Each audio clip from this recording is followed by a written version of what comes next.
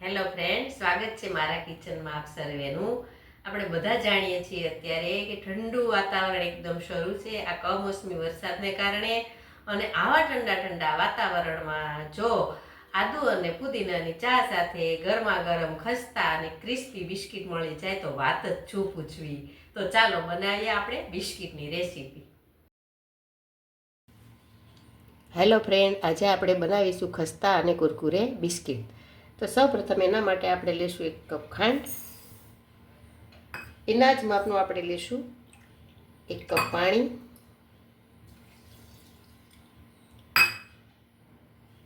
અને થોડીક વાર માટે સાઈડમાં મૂકી દઈશું. હવે બિસ્કિટ બનાવવા માટે મેં લીધો છે 1.5 કપ ઘઉંનો લોટ, જે આપણે રોટલી બનાવવા માટે વાપરીએ છીએ એ જ.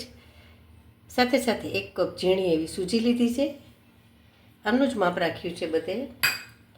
સાથે સાથે અડધો કપ નાળિયેર પાવડર છે, કોકોનટ પાવડર,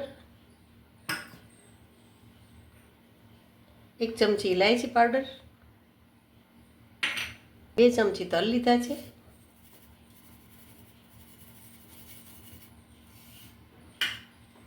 અને 2 ચમચી મોણ માટે તે ઘી લીધું છે.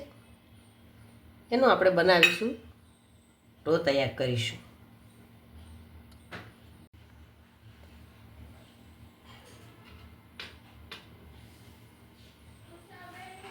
હવે આપણે એમાં 2 ચૂટકી નમક નાખી, 2 ચપટી મીઠું એડ કરી અને ડો તૈયાર કરીશું.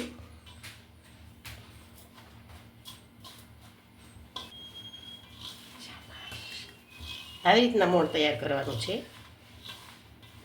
સરસ રીતે બધું મિક્સ કરવાનું છે, મુઠ્ઠી વળી જાય એ રીતે ખસ્તા. અને હવે આપણે ખાંડ અને પાણીનો જે ડો તૈયાર કરેલો હતો એ આપણે થોડું થોડું નાખતા જવાનું છે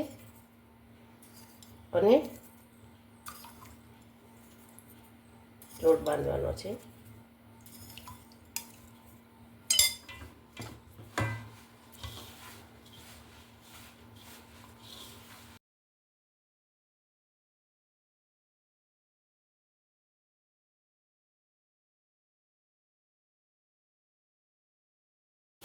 તો આપણો બિસ્કિટનો ડો તૈયાર છે, રફલી બાંધવાનો છે.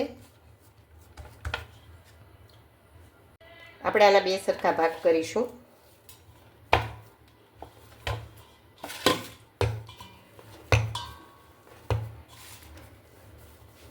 આવી રીતના રોલ બનાવીશું બિસ્કિટ માટે. તમે જે પ્રકારે શેપ આપવો હોય આપી શકો છો. ચપ્પાથી આપણે બિસ્કિટના આકારનું કટિંગ કરીશું.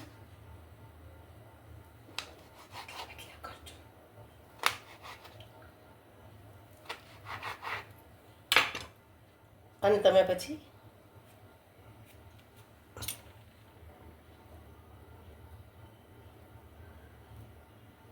આવી જ રીતે બધા બિસ્કિટ બનાવી લેવાના છે. તો બધા જ તૈયાર છે આપણા બિસ્કિટને આપણે ઓઇલમાં એક પછી એક આવી રીતના મૂકીને તળી લઈશું. ઓઇલને બદલે આપણે ઘી પણ વાપરી શકીએ.